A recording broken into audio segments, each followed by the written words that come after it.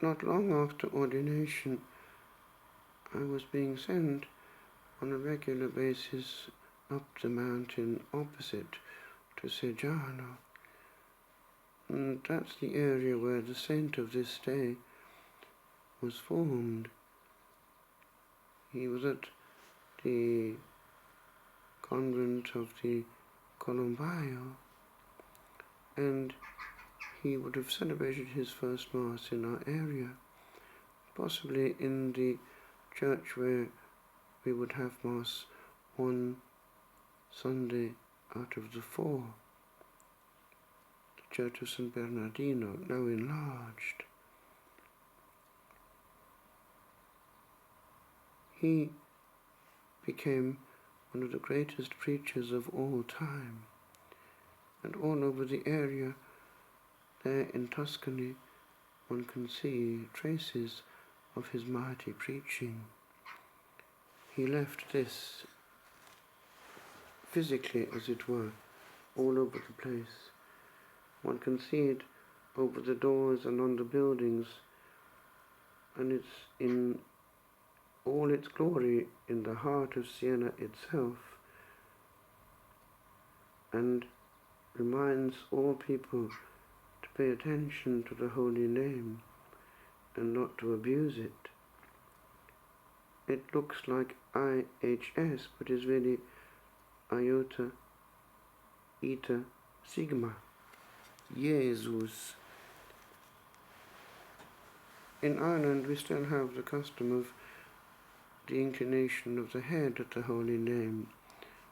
It's a good devotion, and so it is also to make reparation, at least interiorly, when we hear the holy name being abused, by giving praise and honor to that name each time it is brought down to the mud. In Tuscany, the Madonna is also abused, and these holy names should not be taken out of context. They are a direct infringement of the 10 Commandments.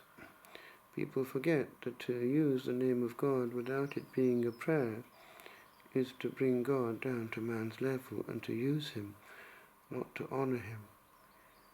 Indeed, the Hebrews have a great devotion to the form of the name given to Moses, so much so that they will not pronounce it, so much so that already centuries ago the points, the vowels of Adonai, Lord, were placed under and inside the consonants of Yahweh, which would be the holy name derived from the verb to be, the one who is, I am, which actually we find in a different form on icons, Ho'on, the being one, derived from what we find in the Apocalypse. We have to do with someone greater than ourselves, and before whom we will one day have to give an answer. The Lord himself warns us of that in several passages. In the Sermon on the Mount, he warns us not to swear. If we mean yes, we say simply yes. Anything more comes from the evil one. The old swear words in English are sometimes derived from holy names. In antiquity, Our Lady was abused, and people would swear by Our Lady. But anything sacred must be kept sacred and treated in a context worthy of itself. Laughing at holy things is questionable. Likewise, in Matthew 12, verse 36, the Lord does warn us that we will be judged on every idle word. Already the fact of talking too much is a fault, but certainly using words which are evil in themselves by the abuse of holy things is a step further. And we think that we are virile because we can use big words.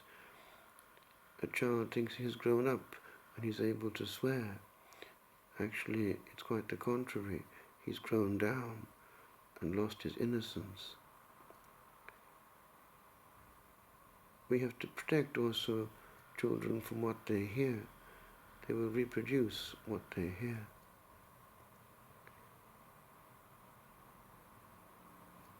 But then, the way in which this hidden friar was used by Providence is fascinating. He had a weak voice in his humanity, but he was empowered in a supernatural way, in such a way that he could be heard by the thousands that came to hear him from all over the land. As it happens, we know something of the content of his sermons in Siena, because someone there who was good at making notes very quickly in a form of shorthand was jotting down what he was hearing in the Piazza del Campo in the middle of Siena, filled with people, there already 2 hours before he started to get a place.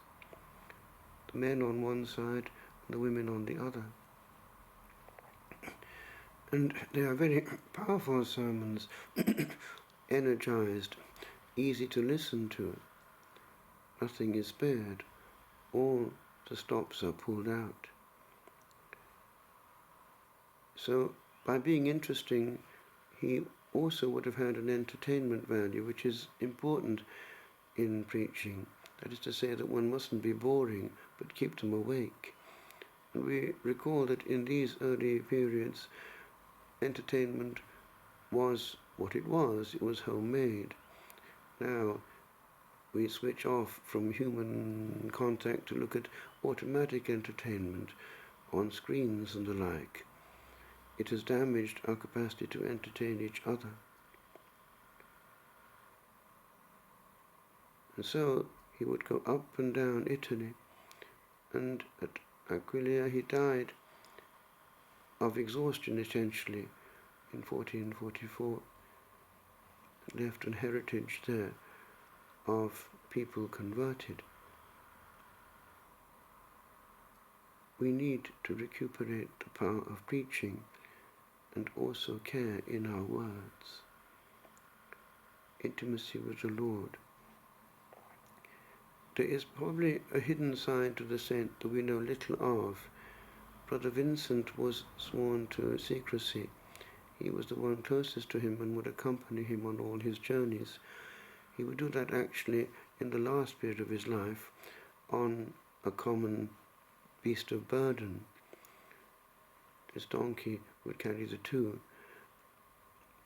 But St. Bernardino would not allow Vincent to know what he knew regarding his mystical experiences, so they would always be a secret. He refused to become bishop. He could have become Archbishop of Siena. He did not want to be hearing confessions because that would have limited his time seriously. He knew that he had to preach, and in not accepting to become a bishop, he had a certain freedom to travel and to say openly what had to be said.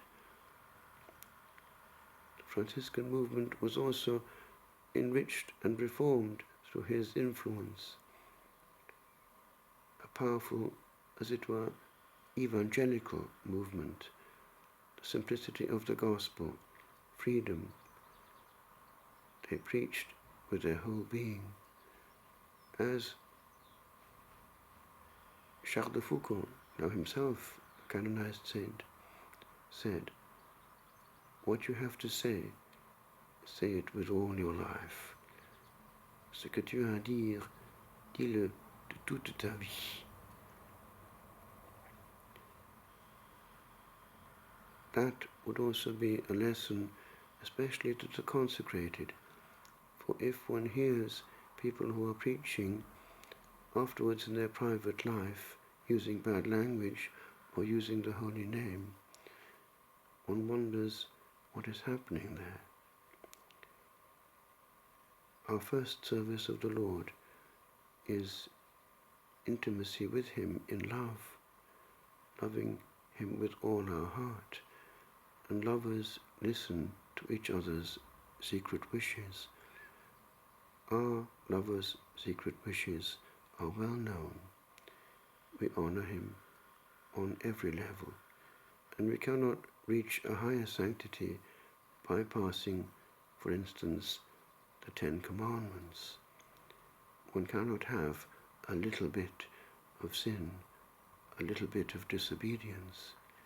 Love means actually concretely executing the will of our lover. And in that context we see the beauty of these great saints who loved on every level and transmitted a coherent message without any jarring notes.